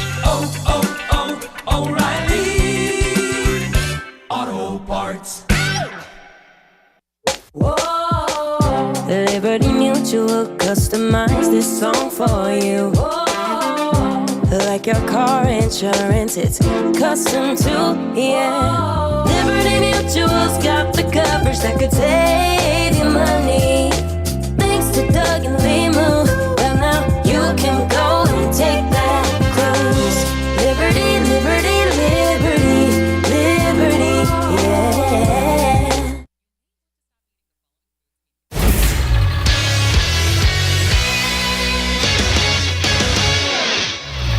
I'm Cole Betcheldorf with the Game Sports Update, brought to you by Bottle Cap Sports Bar. K-State shortstop D. Kennedy received yet another postseason honor, picking up an All-America third-team selection from D1 baseball earlier this afternoon. The Texas native put together one of the best individual offensive seasons in K-State history. His 20 home runs were the most in a single season, while his 40 extra base hits are the second most in a season in Wildcat history. Kennedy led the team in batting average, on-base percentage, and slugging percentage this season, slashing .357, .461, and .733. Along with the most recent honor from D1 baseball, Kennedy has also received honors such as the NCBWA Co-District 6th Player of the Year and 2nd Team All-America, and 3rd Team recognition from ABCA and Rawlings. Speaking of K-State baseball, they announced the addition of another player out of the transfer portal earlier today, landing Stevie Dottie out of McLennan Community College. Dottie made 16 appearances for the Highlanders last year, starting 12 games and going 9-1 with a 3.01 ERA in 68 2/3 innings pitched. The right-handed pitcher, who was originally from Ohio, was teammates with fellow portal entry Griffin Lewis, who also committed to K-State earlier this week. Back to the game here on News Radio KMAN.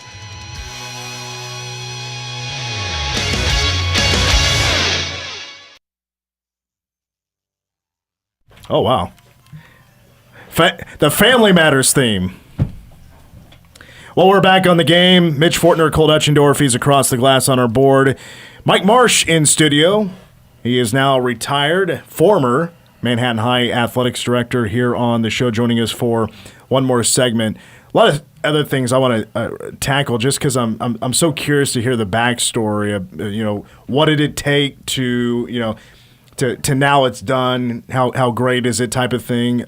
First of all, I got to lead off with the Adidas deal because I don't know much about this. So it was not long ago, it was announced, Manhattan Mercury puts it out there that Manhattan High has agreed to a 5-year deal with Adidas. Sounds like Manhattan's going to get a lot out of this, from uniforms, practice stuff, things like that. I'll let you expand on that. Where did this deal come from? And how is Manhattan benefiting from this? Well, they reached out to us early in the fall, and we discussed it as administration, and at that time we weren't real sure whether it was a good thing for us or not. Once we hired Mr. Spilsky, and he had some background with a former deal that he dealt with up in Michigan, I felt really comfortable about trying to move forward with it, so we made the decision to accept. It's a really good deal for our school. The first year we're going to get $200,000 in order to use for equipment, coaches' gear, and those type of things. And in particular, it's a really good thing. It'll relieve some fundraising anxieties and nervousness that our coaches are involved in all the time. Not that the coaches will stop doing those things or the school won't, but at the same token, it's going to be able to take a lot of pressure off us, especially in the next several years. And is this benefiting everybody? This is for all sports? Is this mostly football, basketball, things like that? Well, there's 7 sports in particular that we were asked by Adidas to target, and that's football, volleyball, both basketball programs, baseball, softball, and I'm going to miss one here, and I'm sorry to do that. I think I just named 6 of them. Wrestling? Wrestling's not one of them. Okay. But it's going to benefit those guys to start off with, and whatever monies that Mr. Spilsky can shovel back will be shared amongst all the others, and then the following years we'll get several dollars each one of those years that we can use towards, not $200,000. I think the range was around $50,000 if I can remember the contract right. But it's going to benefit our entire school, and we're going to be able to do some things with those monies that we haven't been able to do in the past. Have you seen what the uniforms are going to look like? Oh yeah, I was part of that selection process, and that's a unique thing that we do with them, and working with Adidas in particular, where they can draft up what a uniform will look like and what it doesn't look like, and what we can do to adjust what we want it to be. And there were certain things that they asked us to have on there just because of the Mahomes logo that will end up being on there. But at the same token, it's a really fantastic opportunity for our school. Is there enough money for, I don't know if this is really a thing that a lot of high school programs do? And I know I'm kind of centered on football in this because it's where you typically see it, but alternate uniforms. is typically Manhattan is blue and white. That's all you're really going to see, home away, depending on what. But is that in the budget? Is that you'll be excited? There's some variances from what we've had in the past. Okay. But in theory, though, we'll still be the navy blue and the white with accents of red. And we'll still have the Manhattan stripe and the M on the side of the football helmet. But when the kids run out on the field for the first night, that opening night against Rockhurst in early September, you'll see a difference. All right, I want to rewind the clock here a little bit. I want to go back to when finally programs in football were moving to turf. I think you told me once upon a time, was Manhattan the last in 6A to get turf? I believe so back in those days. So we had two gentlemen that were leading our booster club at that time, and they did a fantastic job in going out in the community and raising money. And when they did that, the school district ended up matching some monies to end up putting that in for the first time.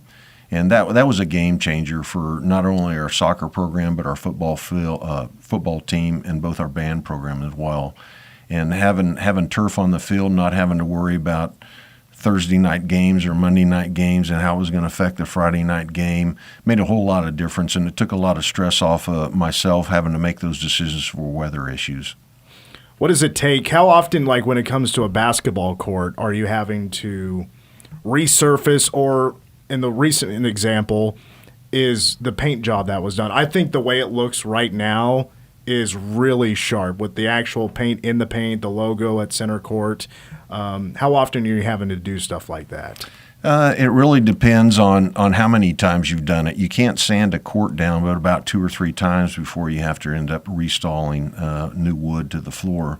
But building principal Mr. Dorse and I had put together some ideas about what we wanted to do for the floor, and I think the design of the floor really turned out to be a really good deal. Was installing the shot clock a headache, or was it easier than expected? You know, it was one of those things that the league pushed back, and for the first year, the league accepted, and we did not put it in as a league requirement. And at that time, KSU put it in as an option. This last year, they put it in as a requirement. And if you didn't have a shot clock, then you couldn't host any postseason play. So that was a big reason why. I think I don't know if it's really changed the game that much or not. It sped it up at times.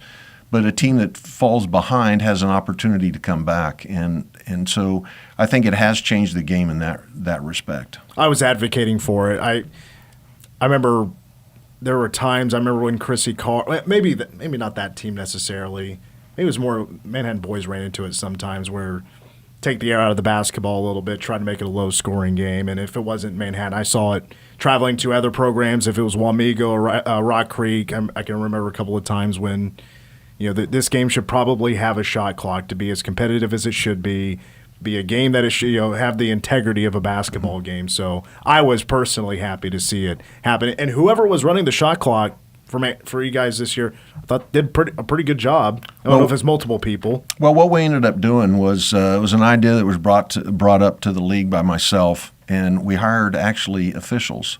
And it's one of those deals when you're at a school event, you have to educate and train those people, and what better educated to be an official run the shot clock. And so since we don't have instant replay and we can't have the video screen to go back with an official timeout to see if something had happened on the court and didn't happen on the court, this gave us an opportunity to hire an officials. And believe it or not, we had a lot of older officials jump at the opportunity. So they thought, I don't have to run up and down the court. I can sit here at the table and do my job as an official, but sit and get paid at the same time. All right, a couple of other projects that come to mind is the video board out at Bishop Stadium. Is that the same as the turf, money raised to get this thing off and going? It was, Mitch, and we had two gentlemen that were really intricate in doing so, Mitch Watson and Sean Beckett. Two parents in the community, have kids in the high school at the time. And they went out in the community with businesses and raised the money necessary to do that project. And I can't thank those two guys enough for doing what they've done for Manhattan High recently. I wanted to see it used to its full potential. And Christy Knipe has students that have done some work on that. Not only, just kind of prepare things for the game, but also while the game is going on, you'll see some elements there. And not only is her program great on what she does with her students, but also is it 785 Sports that put the videos together? Yep. That will play during pregame. They ask for my play-by-play, and it's what you guys are doing with it so far last season was, I thought, fantastic. I don't like seeing programs just use it as basically a brighter, bigger scoreboard, It added a different aspect basically to the game, and I think the fans and parents enjoyed it as well as the players.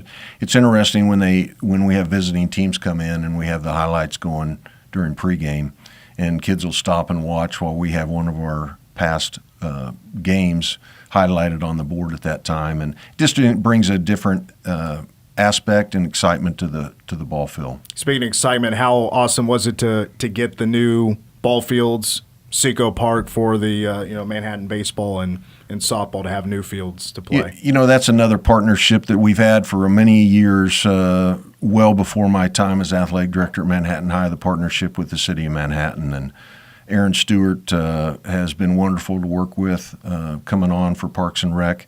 And to have our kids be able to play baseball and softball at the same complex is quite a deal, and as well as adding the 8 tennis courts that we have now this summer. It'll be completed in August that our tennis programs can play out at Seco Park as well. And we've added the throwing areas over there by the tennis courts that will allow our new athletic director to have potential post-regional track meets there now.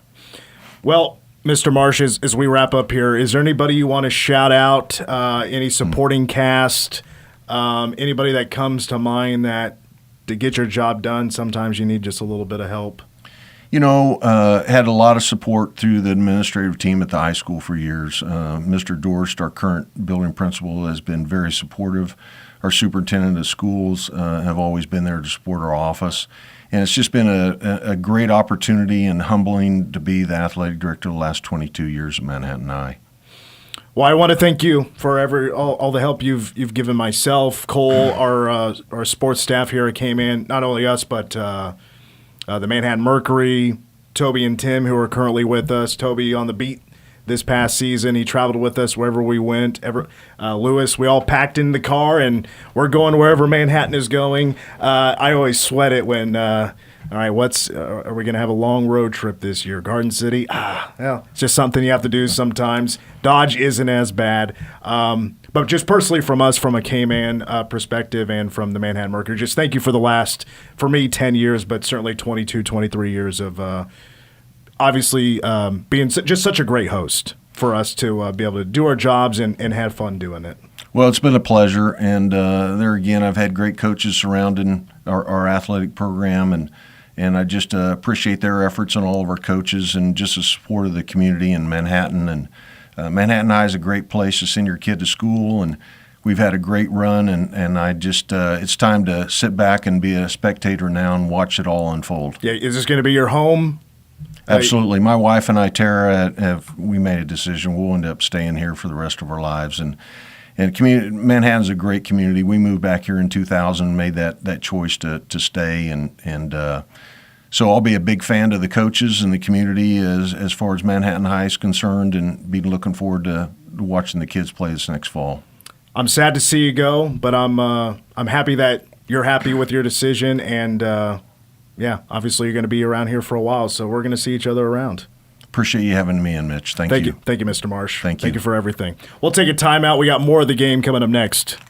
Whether it's game day or a night out with great live music, Bottle Cap Sports Bar delivers the atmosphere you're looking for. It's Manhattan's go-to spot for catching every Wildcats or Chiefs game and enjoying live music that plays the songs you actually know. Come early for a good seat, great music, and cold drinks served up right.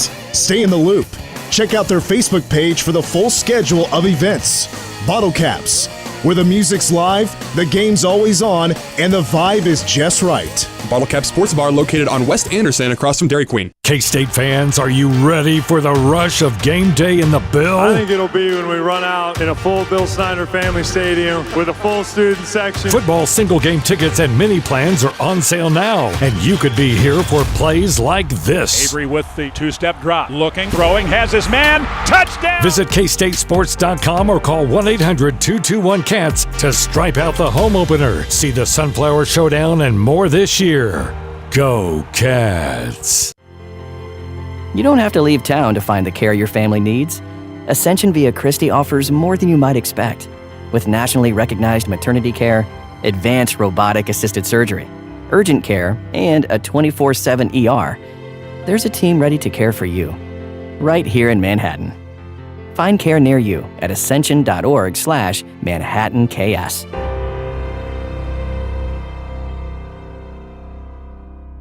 Manhattan Broadcasting is an equal opportunity employer. In order to widely publicize our job opportunities and outreach programs and organizations that regularly distribute information to job seekers or refers candidates to employers, please contact us about our employment contact list to receive the most current information about station vacancies. For more information or to be added to the list, please contact Manhattan Broadcasting Company at 785-776-1350. Visit us at 2414 Casement Road in Manhattan, Kansas, or email front desk at 1350kman.com. Chris Mack here to help you beat the books with Westwood One Sports. The NL Cy Young favorite, Jacob Mizorowski, takes the hill tonight in Milwaukee as the Brewers host the Cubs with a chance to expand their strengthening grip on the NL Central. Miz averaging 9.5 strikeouts over his last 11 starts, hasn't gone fewer than 6 innings in his last 8 starts. If the 8.5 K prop feels a little too rich for you, there's the 17.5 outs prop to look at as well. I'll be on both tonight. Bet smarter and beat the books. Download the BetMGM app today. Tired of hearing scary radio ads about the IRS? Tax Relief Advocates is different. TRA is here to tell you that if you owe money to the IRS, whether it's $5,000 or $500,000, we have a solution. TRA can eliminate or reduce what you owe to the IRS with zero risk to you. If we can't reduce your tax debt, then you pay nothing. We have over 1,000 5-star reviews on Google and an A+ with a BBB. End your tax nightmare today by visiting TRA.com or call 800-339-6282. That's 800-339. Battles aren't won solely on the field. That's a common misconception. Battles are won within, over enemies of fear, enemies of doubt. In that place where promises are kept. Promises to oneself. This is a physical training event! Promises to one's community. Helping people move debris out of their house. Promises to one's country. In the heart of every Marine, you'll find a promise. A promise forever kept. A promise of battles won. News Radio, KMAN, weather. Right now in Manhattan, overcast sky, 78 degrees, wind out of the northeast at around 7 miles an hour. Cloudy skies tonight with a low of around 66. Heading into tomorrow, 20% chance of showers and thunderstorms before 2 in the afternoon, with wind gusting as high as 25 miles an hour out of the east. On Sunday, sunny and a high near 93. Winds gusting as high as 30. Same thing on Monday. Sunny and a high near 93. Winds gusting as high as 30.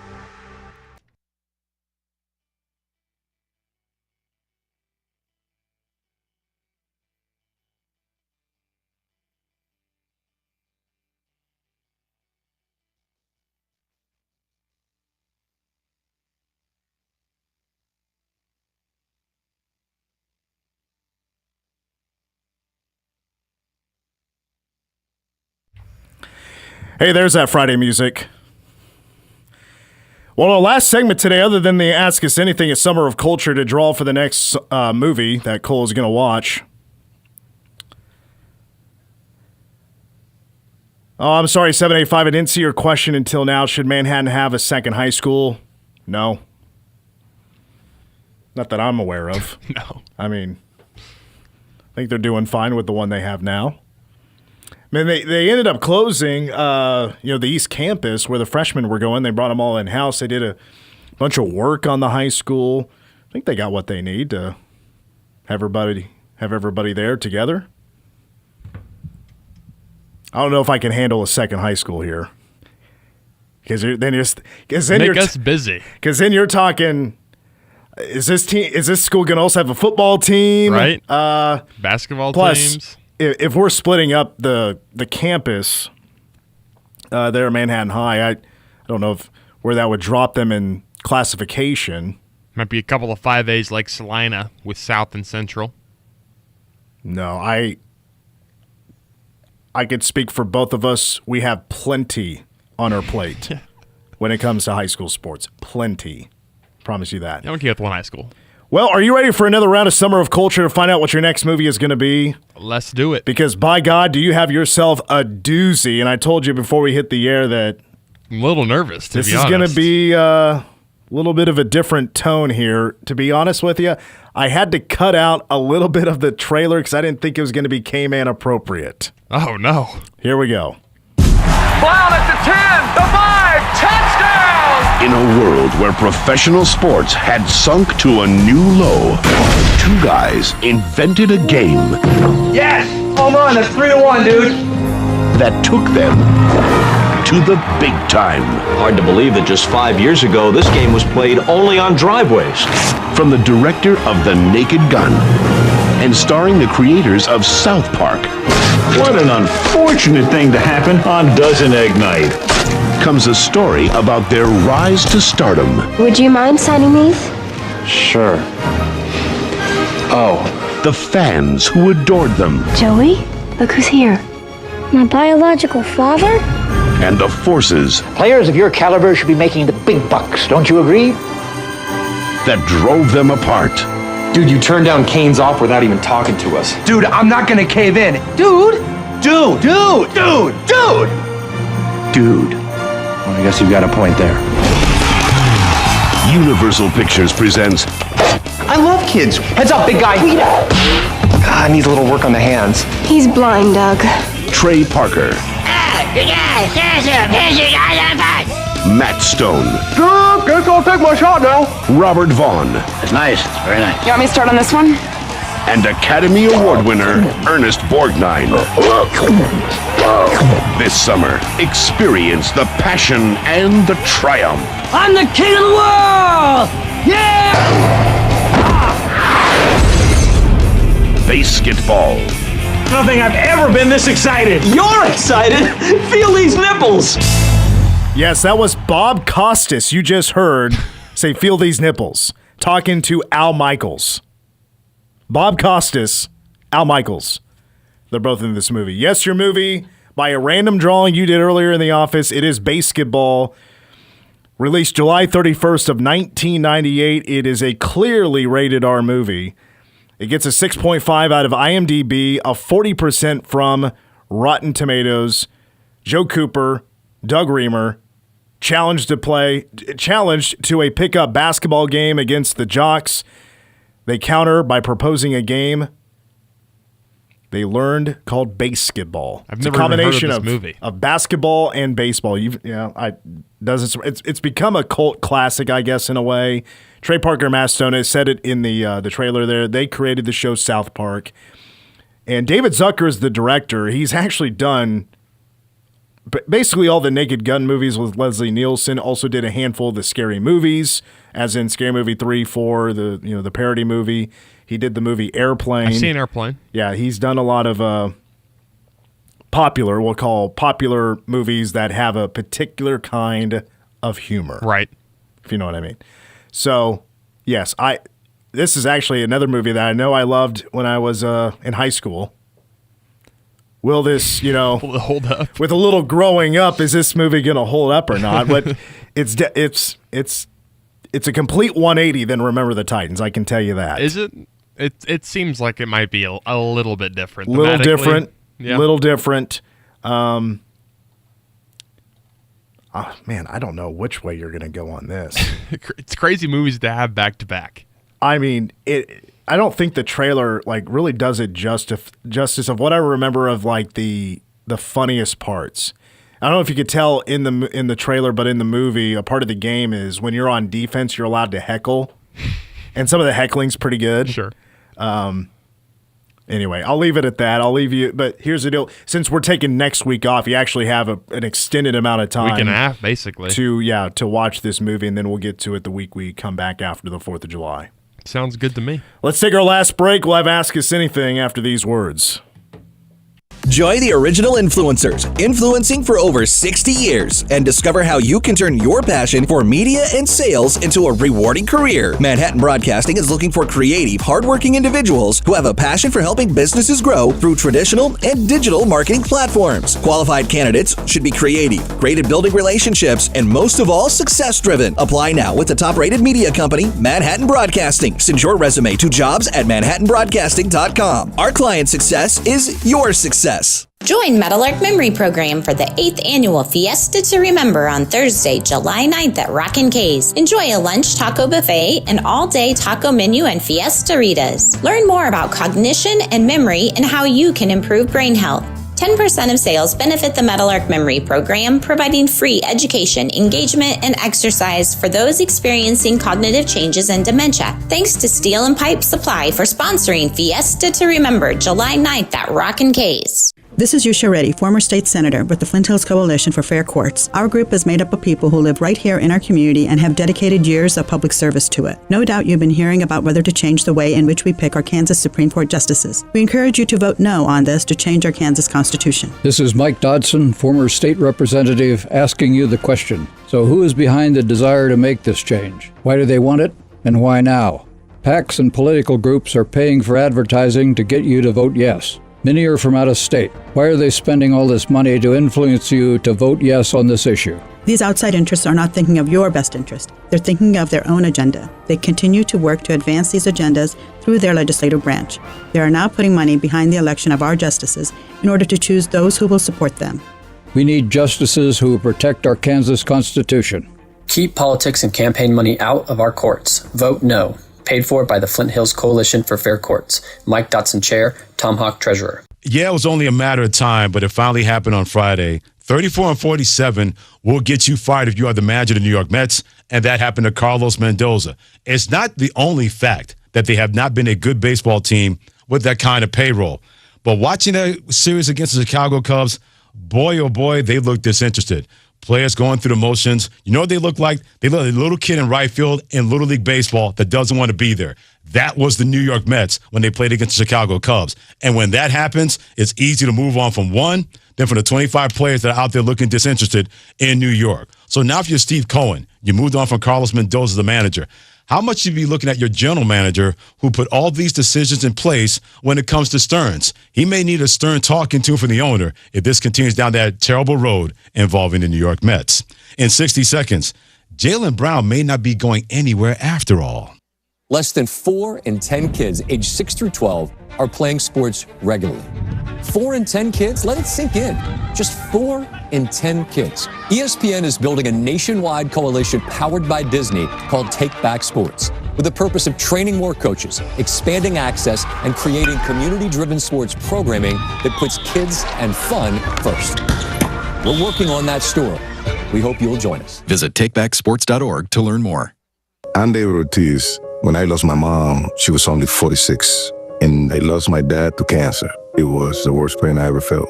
It made me think, what will happen with the people I love when my time is up? That's why I have life insurance. Ethos makes it easy. It's all online, take about 10 minutes, and you can get up to $3 million in coverage. Get your free quote at ethos.com/game. That's ethos.com/game. Paid testimonial. Time spent on application may vary. Online health questions required. It's out there. The it being that the Boston Celtics are listing offers to move on from Jaylen Brown, even though when you think about it, they really don't want to do that, although the hand may be forced by Jaylen Brown and other people. But why does my spidey sense keep telling me, Freddie, that's a lot of money to walk away from if you're Jaylen Brown? He is eligible to sign an extension in late July. In other words, these kind of terms, close to $142 million over a 2-year period. Not saying he can't get that anywhere else, but he may not want to get that anywhere else. He may want his own team. but he may get his own team, and it may not be to his liking. He's always going to be revered in Boston, maybe not to his level. But maybe, just maybe, the best place for Jaylen Brown is not to go anywhere, especially at those prices in Boston. For the ESPN Radio Sports Beat, I'm Freddie Coleman of ESPN Radio's Freddie and Harry.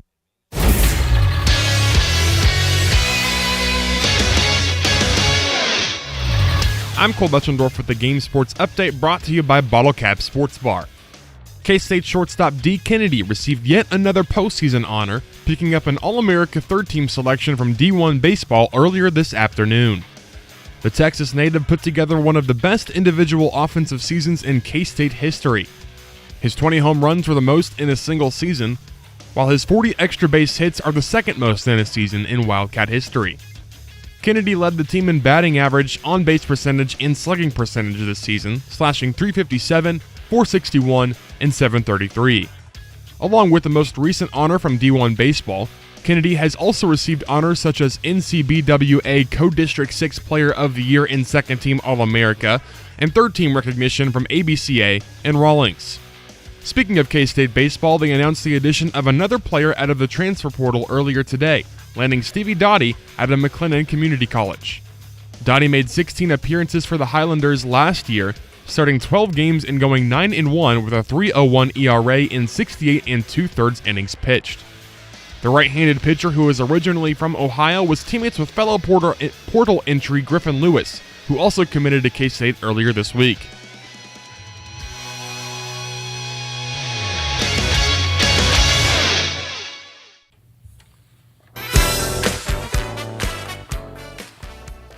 Well, today is National Chocolate Pudding Day. Is it? And I was kind of thinking to myself earlier, I don't really like pudding.